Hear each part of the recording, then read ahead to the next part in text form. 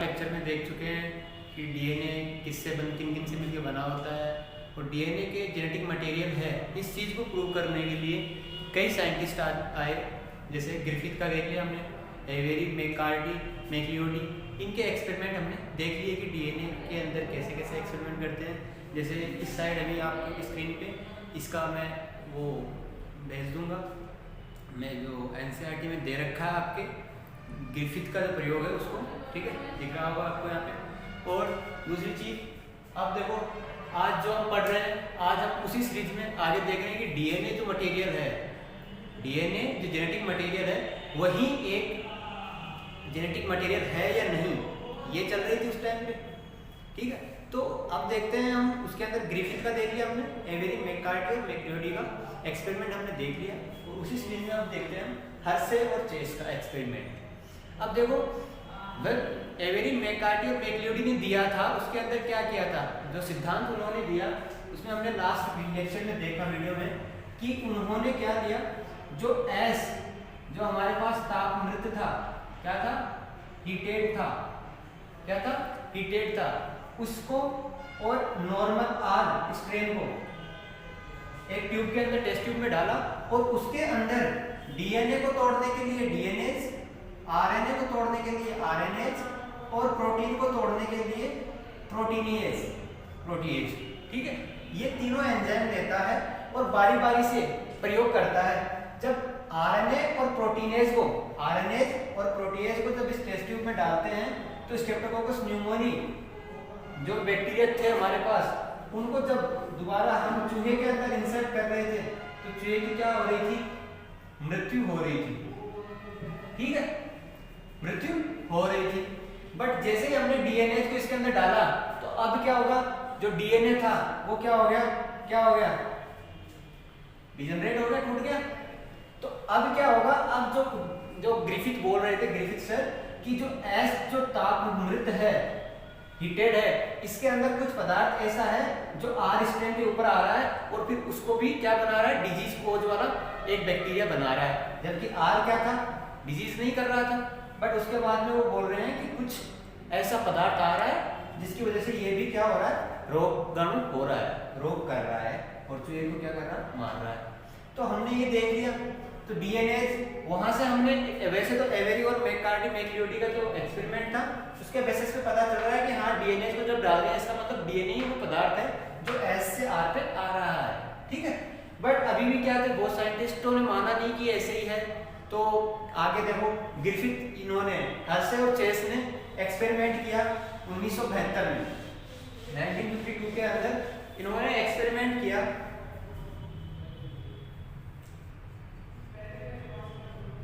और आज का गोल भी यही है, ठीक है। तो अल्फ्रेड हर्शे और मार्था चेस ने 1952 में एक एक्सपेरिमेंट किया। उन्होंने इसके अंदर एक लिया बैक्टीरियोफेज, क्या, बैक्टीरियोफेज, इसको प्रोनाउन में कोई बैक्टीरियोफाज भी बोलते हैं, बट हम इसको बोल रहे हैं बैक्टीरियोफेज। तो देखो, बैक्टीरियोफेज होता क्या है, बैक्टीरियोफेज जो होता है एक वायरस होता है, क्या होता है, एक वायरस होता है जो क्या करता है, किसी बैक्टीरिया के अंदर, कोई बैक्टीरिया होगा उसके अंदर क्या करेगा, डिजीज करेगा, क्या करेगा, बीमारी करता है, ठीक, डिजीज कॉज करता है। वायरस होता है, बैक्टीरियोफेज जो होता है एक वायरस होता है जो क्या करता है, बैक्टीरिया के अंदर डिजीज कॉज करता है, ठीक है। ये हम देख रहे हैं कि बैक्टीरियोफेज होता क्या है। अब हम बोलेंगे हर्शे और चेस ने किस पर काम किया था, बैक्टीरियोफेज पे काम किया था। अब बैक्टीरियोफेज जो थे उसमें उन्होंने क्या किया, बैक्टीरियोफेज उन्होंने लिया और उन्होंने क्या किया, ये जो बैक्टीरियोफेज है इसको दो अलग अलग, क्या, इसको दो अलग अलग माध्यम में ग्रो करवाया। देखो, पहले तो बैक्टीरियोफेज की वो देखो संरचना, इसको मिटा देता हूं। हमने यहाँ लिखा experimental proof of genetic material. Hershey और चेस का जो एक्सपेरिमेंट था 1952 के अंदर दिया गया, इससे ये प्रूव हो जाता है कि हाँ, डीएनए ही क्या है, आनुवांशिक पदार्थ है। देखो, हम देखते हैं बैक्टीरियोफेज की संरचना। बैक्टीरियोफेज कुछ ऐसा होता है,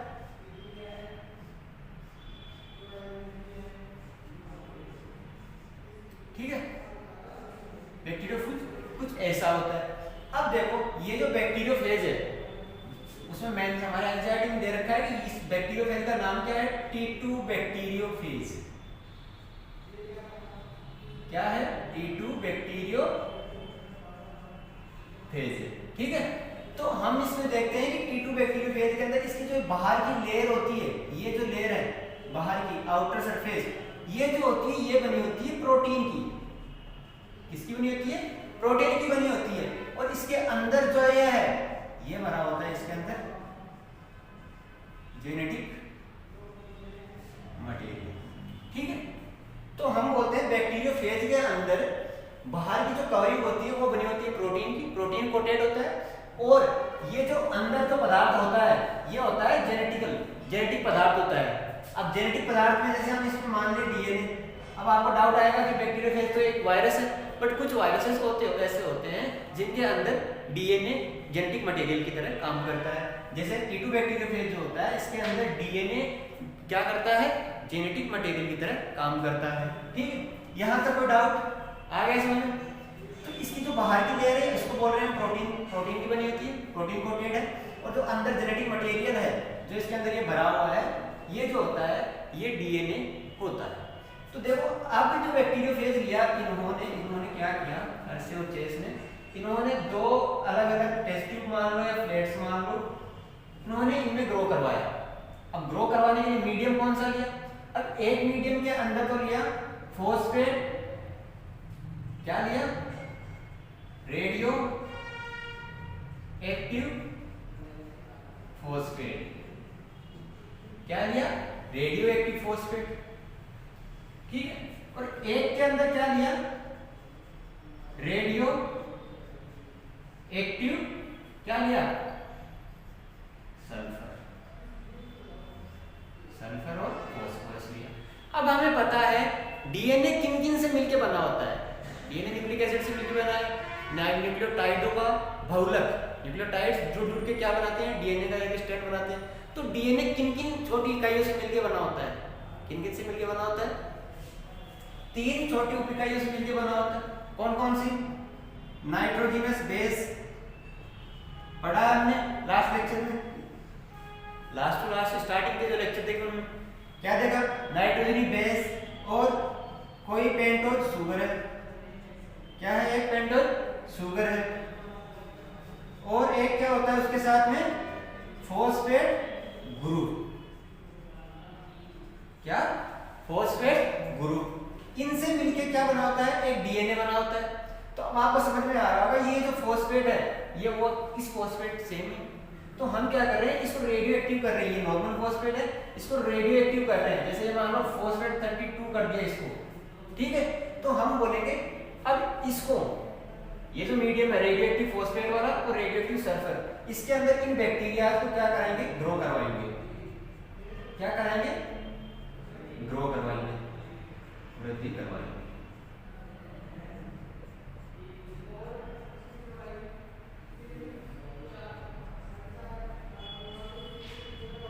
आ रहा समझ में? इन बैक्टीरिया को इनके अंदर क्या करवा रहे हैं, इस मीडियम के अंदर ग्रो करवा रहे हैं। तो अब क्या होगा, इसके अंदर क्या है, रेडियो एक्टिव सल्फर है। तो सल्फर क्या कहाँ होता है, इसकी आउटर सरफेस पे लेयर पे होता है। तो यहाँ पे सल्फर आएगा तो ये क्या करेगा, इसको जो रेडियो एक्टिव सल्फर है इसको अपनी जो बाहर की जो केविटी बोलेंगे या फिर बाहर की बॉडी वॉल बोलेंगे, उस पर क्या करेगा, डिपॉजिट कर लेगा, ठीक है। तो ये तो कहाँ हो रहा है, बाहर डिपॉजिट हो रहा है, क्या, रेडियो एक्टिव सल्फर। इस वाले जो मीडियम है इसके अंदर क्या होगा, इस वाले मीडियम के अंदर जो रेडियो एक्टिव फॉस्फेट है वो किसके अंदर चला गया, क्या है इसके अंदर, डीएनए। ये नॉर्मल फॉस्फेट था, इस नॉर्मल फॉस्फेट में कहीं कहीं जगह क्या हो जाएगा, ये क्या आ जाएगा, रेडियो एक्टिव फॉस्फेट, यही होगा। इसके अंदर इसके डीएनए में क्या लग जाता है, रेडियो एक्टिव फॉस्फेट, और इसकी आउटर कोटेड लेयर पे क्या है, सल्फर, ठीक, ये समझ लो। तो अब यहां तक कोई डाउट है तो बताओ, एक को किसमें ग्रो करवा रहे हैं, रेडियो एक्टिव फॉस्फेट के ग्रुप में, फॉस्फेट की उपस्थिति में, और दूसरे को रेडियो एक्टिव सल्फर की। अब जो बैक्टीरिया जो होता है, ये बैक्टीरिया क्या करता है, ये जो वायरस, ये बैक्टीरियोफेज जो है ये बैक्टीरिया के अंदर बीमारी डिजीज कॉज करता है। वो कैसे करता है वो देखते हैं, पहले एक बार इसको नोट कर लो आप।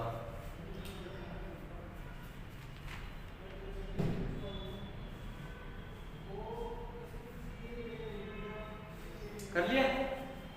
अब देखते हैं जो ये T2 बैक्टीरियोफेज एक वायरस है, ये बैक्टीरिया इकोलाई को लेते हैं हम। किसको लेते हैं? इकोलाई बैक्टीरिया को लेते हैं। वो जो बैक्टीरिया है क्या, इकोलाई बैक्टीरिया, लो ये मान लो एक इकोलाई बैक्टीरिया है, ठीक है। इसके ऊपर ये क्या है, T2 बैक्टीरियोफेज है। ये क्या करेगा, डिजीज कॉज करने के लिए इसके अंदर अपना डीएनए, ये क्या करेगा, अपना डीएनए इसके अंदर छोड़ेगा, इसके अंदर इकोलाई के अंदर। ये क्या है, इकोलाई। इस इकोलाई के अंदर ये अपना जेनेटिक मटेरियल छोड़ देता है और इस इकोलाई बैक्टीरिया को क्या लगता है कि ये डीएनए क्या है, अपना ही डीएनए। तो ये क्या करता है, ये जो इकोलाई है ये क्या करता है, साथ साथ में इसकी फोटोकॉपी और बनाने लगता है। अरे डीएनए रेप्लिकेशन के अंदर हम पढ़ेंगे, रेप्लिकेशन में हम क्या पढ़ेंगे, अभी सेंट्रल डॉग्मा थ्योरी के अंदर देखा इधर कि रेप्लिकेशन किसे बोलते हैं, डीएनए से डीएनए का बनना। इस प्रोसेस को क्या बोलते हैं, रेप्लिकेशन। हिंदी में इसको बोलते हैं प्रतिलिपिकरण, या प्रतिलिपिकरण बोलते हैं, ठीक है। तो डीएनए से डीएनए का बनना ट्रांसक्रिप्शन कहलाता है। और इसी ही प्रोसेस के बेसिस पे ये जो इकोलाई होता है, ये जो इसका बैक्टीरियोफेज का जो ये है डीएनए है, क्या है, ये जो T2 बैक्टीरियोफेज का जो डीएनए आया है, इसकी भी क्या करता है, रेप्लिकेशन करने लग जाता है, फोटोकॉपीज बना देता है। अब क्या होगा, अब ये इसके अंदर बन गया। अब इसके अंदर जैसे ये रप्चर होगी इसकी स्किन, ठीक है, तो ये डीएनए, तो वायरस क्या होता है, वायरस कोई भी फ्री जेनेटिक मटेरियल है। अब ये क्या बना लेगा, अपना एक बैक्टीरियोफेज बन गया, जेनेटिक मटेरियल है, बाहर प्रोटीन कोटेड होगा और क्या हो जाएगा, ये बैक्टीरियोफेज बन जाएगा। अब ये क्या करेंगे, ये बैक्टीरियोफेज आगे कहीं और इकोलाई के अंदर क्या करेंगे, डिजीज कॉज करेंगे, ठीक है, बैक्टीरिया को इन्फेक्ट करेंगे। ऐसे ही काम करता है क्या, बैक्टीरियोफेज। अब हम अर्से और चेस ने क्या किया, एक्चुअल में उन्होंने क्या किया, 3 स्टेप के अंदर इस काम को किया पूरे, जिसके अंदर पहला हम देखते हैं कि पहला उन्होंने इन्फेक्ट करवाया। क्या करवाया उनको, पहले जो ये T2 बैक्टीरियोफेज जो था, इस T2 बैक्टीरियोफेज के डीएनए को इसके अंदर इंसर्ट करवाया और बाद में इसको क्या करवाया, ब्लेंडिंग करवाई। ब्लेंडिंग कैसे, देखो एक बार पहले इसको समझ लो कि ये क्या कर रहा है, उसके बाद देखते हैं। T2 बैक्टीरियोफेज है, T2 बैक्टीरियोफेज ऐसे इस प्रोसेस में काम करता है, ठीक है, ऐसे एक बैक्टीरिया के अंदर डिजीज कॉज करता है। अब देखते हैं क्या हर्शे और चेस के अंदर जो उन्होंने 3 स्टेप्स यूज लिए, तो वो कैसे कैसे लिए, ठीक है। पहला देखते हैं,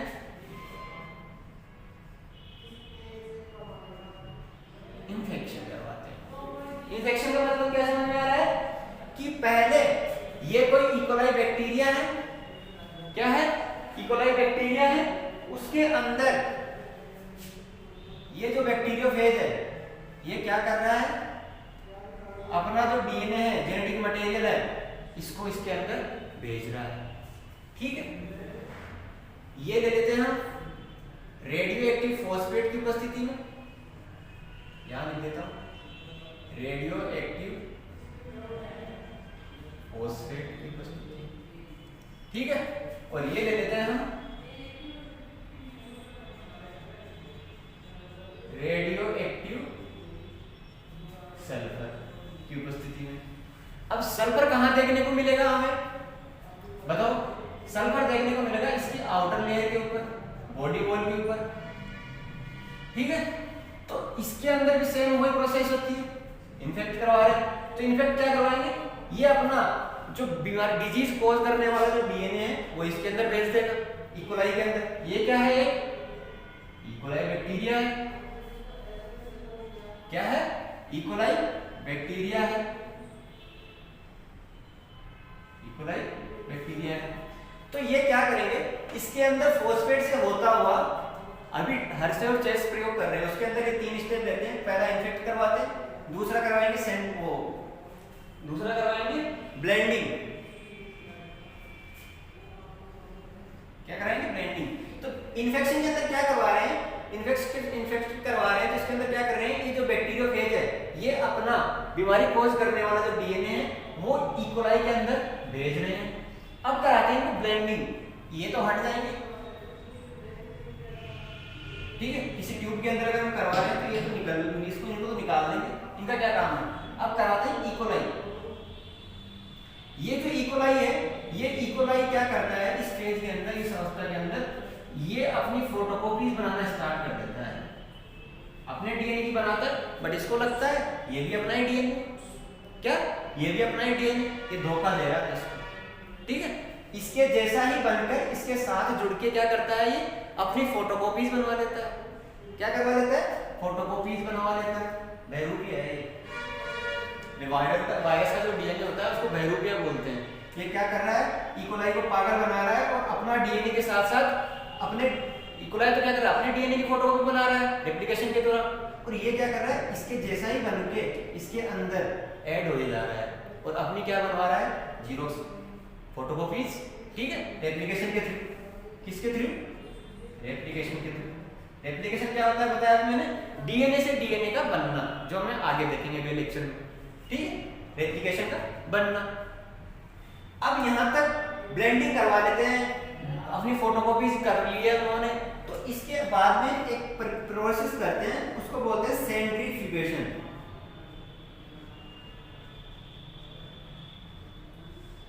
सेंट्रीफ्यूगेशन में क्या होता है? इन बैक्टीरिया को ऐसे टेस्ट ट्यूब में ले रखा है, मान लो इनको, ठीक है, किसी टेस्ट ट्यूब में ले रखा है, तो इनको क्या करवाएंगे? टेस्ट ट्यूब के अंदर एक रोटेट करवाएंगे, ठीक है। तो सेंट्रीफ्यूगेशन के अंदर क्या होगा? इनके अंदर हम ये देखेंगे, इनके अंदर हम ये देखेंगे, दिख तो रहा है,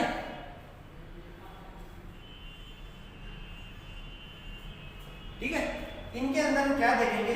सेंट्रीफ्यूगेशन के अंदर इनके अंदर जो डीएनए है, क्या है? ये जो डीएनए है, ये जो सारा डीएनए है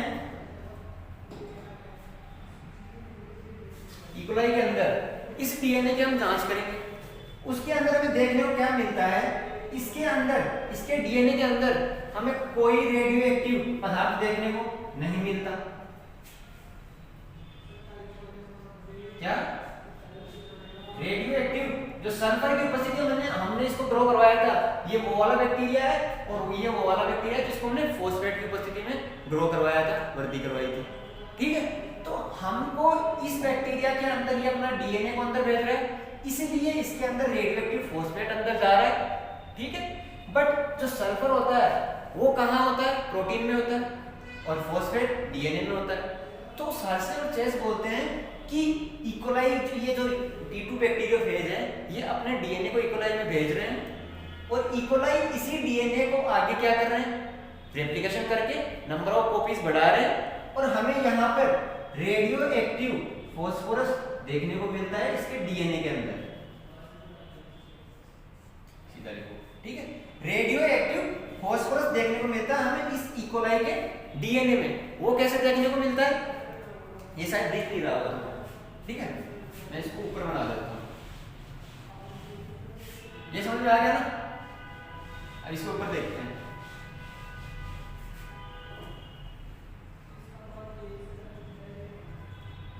ब्लेंडिंग लिया और तीसरा लिया, क्या लिया? सेंट्रीफ्यूगेशन।